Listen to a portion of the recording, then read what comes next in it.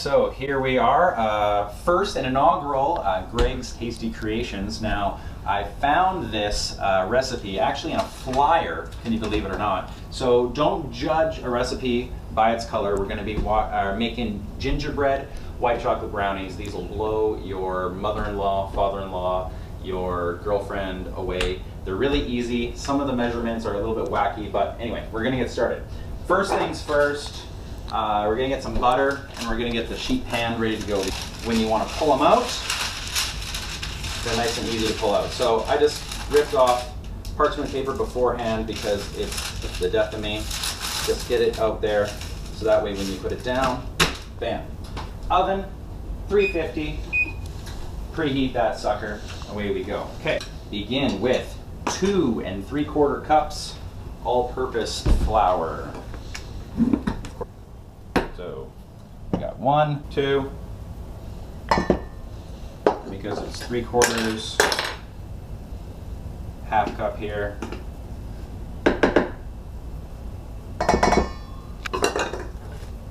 And for some strange reason, it does call for 1 extra tablespoon of flour. So I'm just going to believe it, and we'll go with that. So you can check out the recipe on the comments below. All right, so we got the baking soda. Do not mix it up with baking powder. Baking powder is it has the alkaline and the base mixed in, so it causes the reaction. This is just the alkaline. Okay, so we got 1 teaspoon and 1/4 teaspoon. Again, this recipe not the best in regards to nice even measurements, but it tastes amazing. Ground cinnamon, 1 1/4 teaspoon. Again, and I just like to take it out of here. Oh, fail. Nice. Okay. So just carefully dump it in. If you're a little bit extra, that is okay. First time I made this, I did not have the next ingredient. It's ground cloves. It just calls for 1/4 teaspoon of ground cloves. Really, it didn't taste any worse, and it was delicious. But because you guys are special, and I wanted this to be special, I went out and bought some ground cloves. So it just adds a little bit more of that kind of zing, kind of like peppery. You can just do a little bit more cinnamon if you want, but yeah, that's ground cloves. And of course, because it is gingerbread, you need ginger, and 1 teaspoon of ground ginger. This stuff is very potent.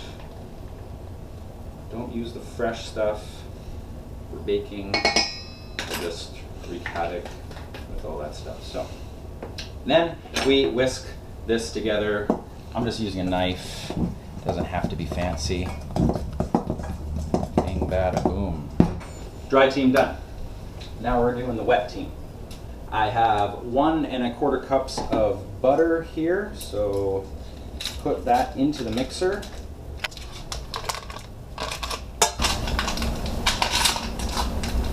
Make sure not to get any paper in there. Paper does not taste good at Christmas time. And a half. I like how on these packages it says half cup, just in case you forget. This brownie recipe, there's different types of brownie recipes out there. There's some that are fudgy, okay, and they take melted chocolate. This one does not take melted chocolate. There are kind of gooey ones that have very little flour, and then there are cakey ones. So we have a lot of flour, and ours is more of a cakey one, so we're going to use what is basically the creaming method. A lot of cakes use this, cookies use this, and we're going to cream the butter and sugar. Oh, that's just the oven. Very, very good. We're going to cream the butter and sugar together. So we need 1 1/4 cups packed brown sugar. It's a good thing I have every single measuring cup out. I am making the biggest mess on the planet. What I should have used is a half cup, because then I wouldn't have made this giant mess. But that's no fun. Who doesn't want to make a giant mess? Come on. Okay, so 1 1/4. Make sure it's nice and packed in there. Brown sugar, because it has molasses in it.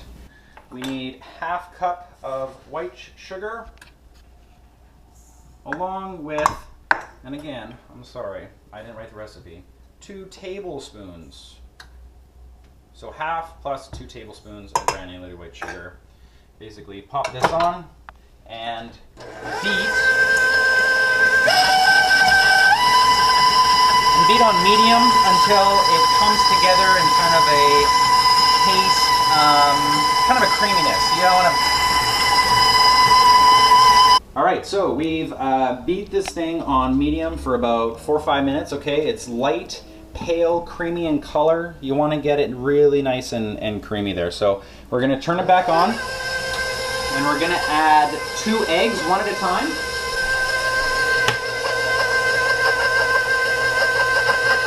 Okay, wait until that is fully incorporated in.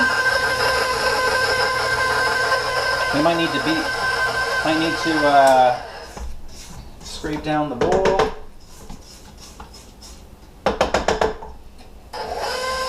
And we'll do the other one. Alright. Next is a teaspoon of vanilla. Yes, this is a giant bottle of vanilla. When you get it in Mexico, you want to get the biggest bottle because it's the best stuff. It's cheap, awesome, and delicious. So, once that comes all the way together, we get 1/3 of a cup of molasses. Now, molasses, sticky, gooey stuff. I do not want to spill that and make a big mess. So that goes in. Make sure everything is well incorporated in and as well. That's what the recipe says, and I just follow instructions. You know? Like any good guy, you just follow directions.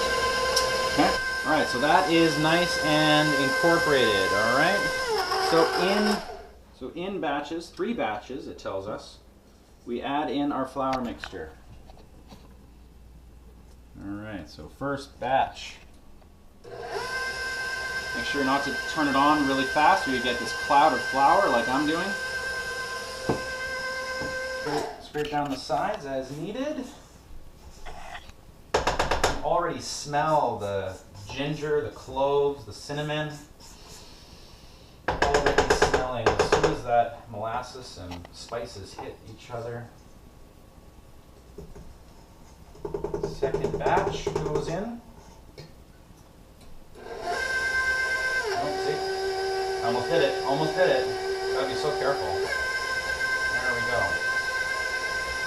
More flour is incorporated in. It's not as important to scrape down the bowl. Well, now it is. Now we'll just add the rest.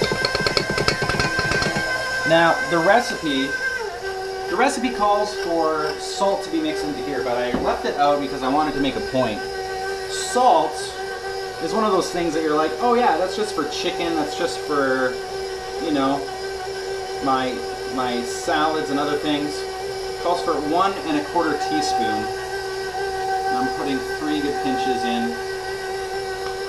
It's so important because with sugar, with flavor, with spices, it needs that salt to really enhance the flavors. I don't know if you've ever had a piece of chicken with no salt. Terrible. Terrible. So, we're just going to mix those together. That's all together. And now, of course, the piece de resistance. Can't be white chocolate gingerbread brownies without white chocolate chips. So recipe calls for 1 3/4 cups. This package is basically 1.5 cups, whatever. It's all good. All right, bam. And the magic is almost done. So take our beautiful, thick gingerbread batter. You can eat this later, trust me, you might want to. So, basically, pour out your batter onto the baking dish. You'll be probably thinking what I'm thinking, like, oh my goodness, this is so sticky, this is so thick. How am I going to get it everywhere? And how is it all going to fit onto this giant 11 by 17 baking dish or pan? And of course, I'm not like those fancy pastry chefs on TV. I actually want to keep everything. So we're smoothing this out as best you can. Fight with it, have fun with it. It is sticky, it is messy. After you're done pressing it all into the corners, getting it all nice and even, get every little morsel down in there. This goes into the oven for 25 minutes, 350 degrees. Perfect. All right, so time is up. Let's check these out. Oh, would you look at that? Nice and dark and hot. So let these cool. Like I said, the recipe was pretty good. Bang on, 25 minutes. Put some light on that for you. Look at that. Right, so it's had a chance to cool down a bit. Getting out my trusty pizza wheel. Moment of truth. And again, I do not have 4 arms. You can see it does lift out. It does need a little bit of help on the edges.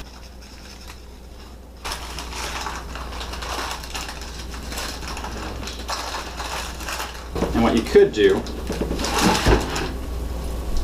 is do that. That way you have a flat surface to cut on. Or you could just cut it in there if you don't care about the pan. That's Whitney's special pan, my wife's special pan. So I'm not going to cut on there. And yeah, we're just going to cut into. Don't have to be perfect. Ooh, they're still nice and warm. And just start plating them.